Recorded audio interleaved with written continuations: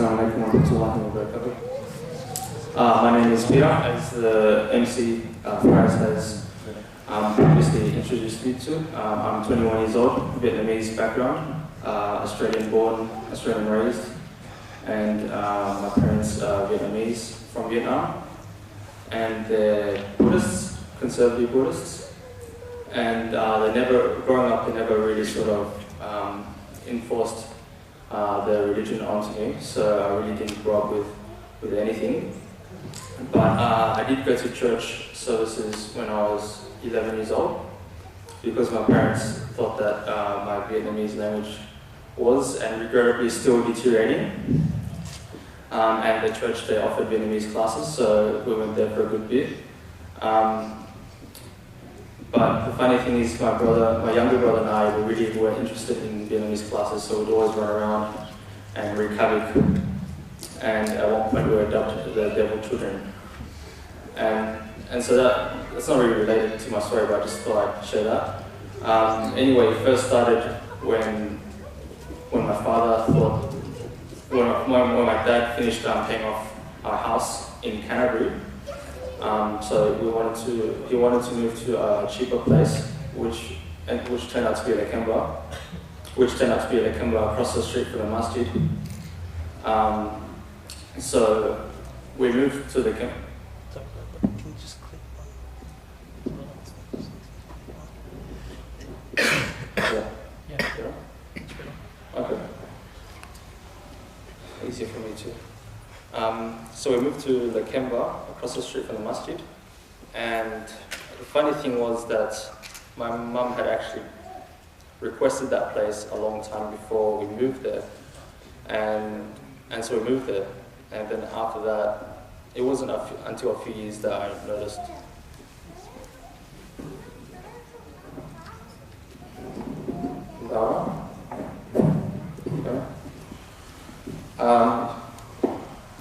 It wasn't until a few years that I noticed a noticeable change, because up until then it was always sort of getting to know Islam, getting to know what Muslims do, their practices, sort of making a database for myself in the community.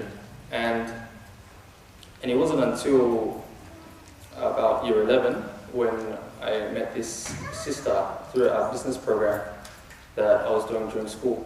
And so I got to know her, and it was interesting for me because I never saw the hijab outside of around where I lived. So I got her side of things, like her perspective, and then after that she passed my contact details onto someone who forwarded me on to her brother, and that was Faraz, the MC who just introduced me. And after that, he called me and he introduced himself to sort of break the ice. You know, I'm an economics student. We both go to UNSW, and I do design there.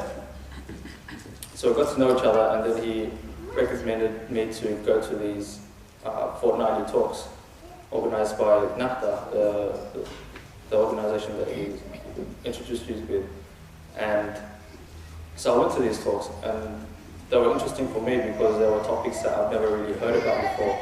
So they were about the unseen and inspiring stories about the Sahaba and just stuff that I've never heard before. So for me, as someone who wasn't a Muslim, it was very interesting.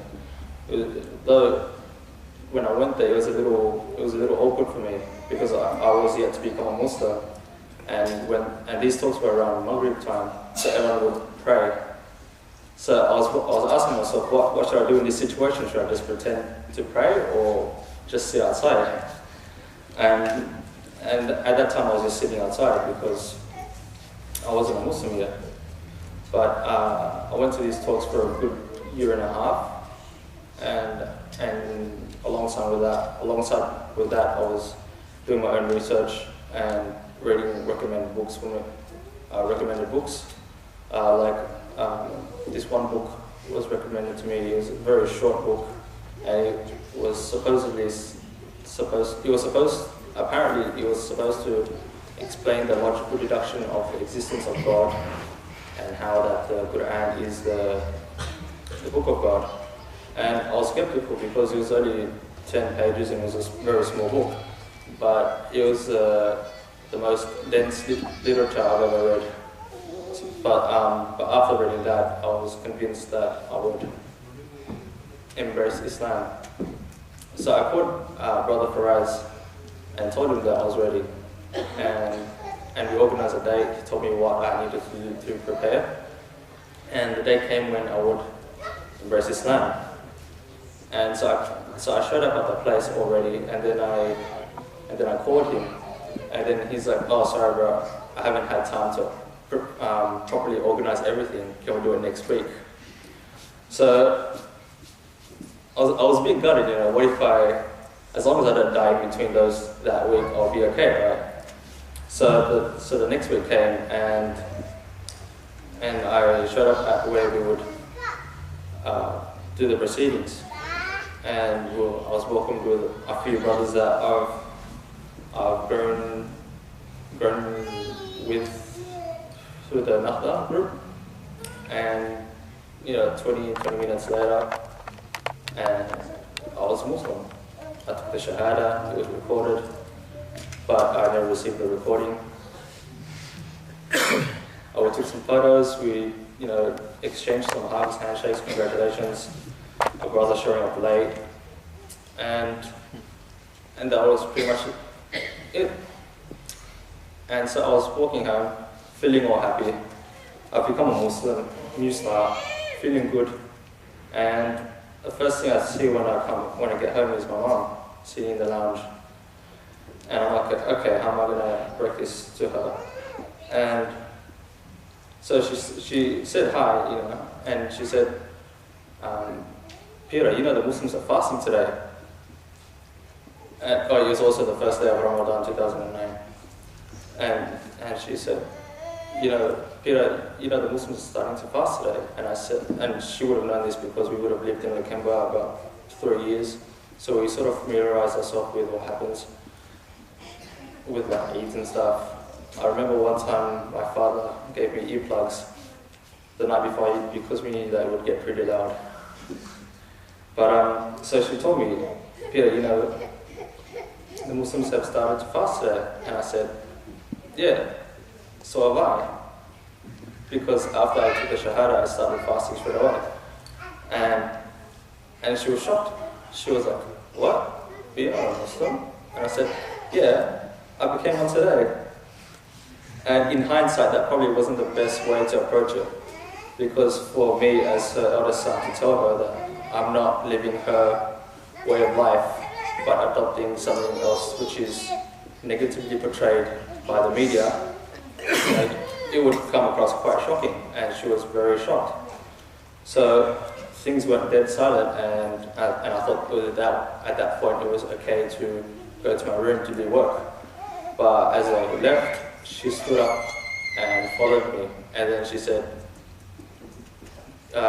you can't be a Muslim. And I said, why?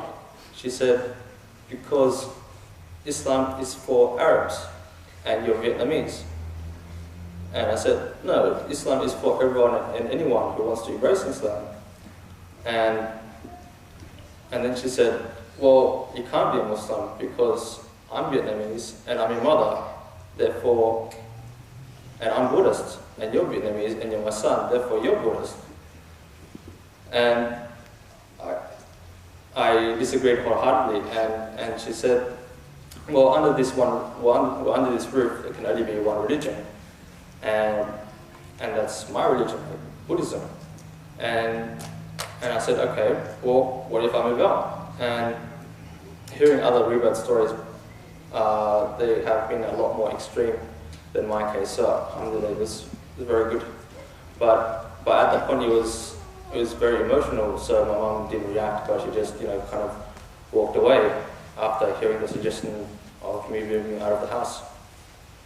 So after that, it was okay for a while, but we could tell that there was still some tension. I could still tell that there was some tension between my mother and myself. But I remember one day when we were both at home for the whole day, and it was during Ramadan as well. So I thought that, because I generally tried to stay out of the house until everything was just settled down. But that one day I didn't have anything to do, so I just stayed at home and did work, and I was still fasting. And my mom bought food and put it on my table, and she said, "I made you food, eat this." And I said, "No, Mom, you know I'm fasting, I can't eat this, not until later on. It's still during the daytime."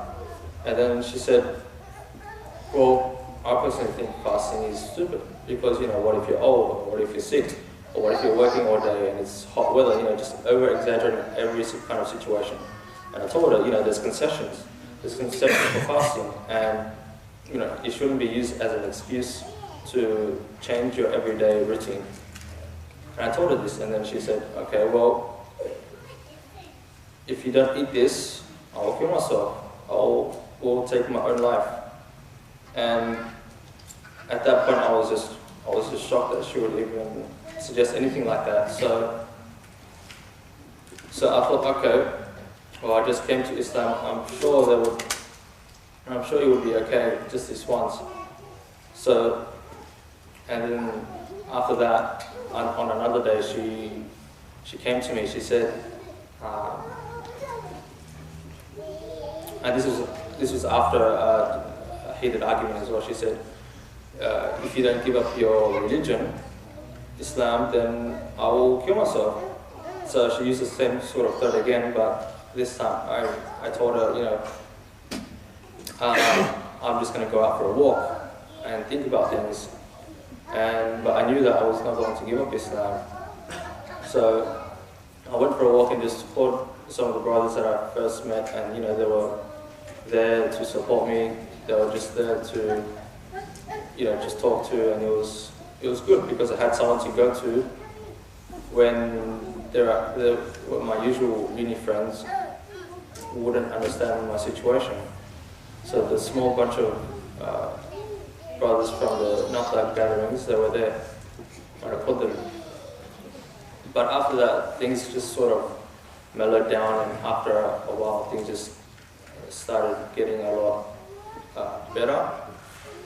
I remember last Ramadan, 2011, where I think it was the biggest breakthrough with my mom. I remember walking home and I passed her, and she asked me, "Peter, do you want me to make you something to eat for work at lunch?" And this was on the first day of Ramadan, or the day before the first day. And she asked me if I wanted her to make anything for me to eat at lunch, because she always asks me if I want food. And then I said, "No, tomorrow I start fasting." And then she said, "Okay, well, in that case, do you want me to make you food to eat before you start fasting?" So food for the morning, for sahur. And I thought, subhanAllah, it's been a long journey, but in the end, it's definitely worth it. And one of the hardest things to overcome, but it has been the best decision of my life.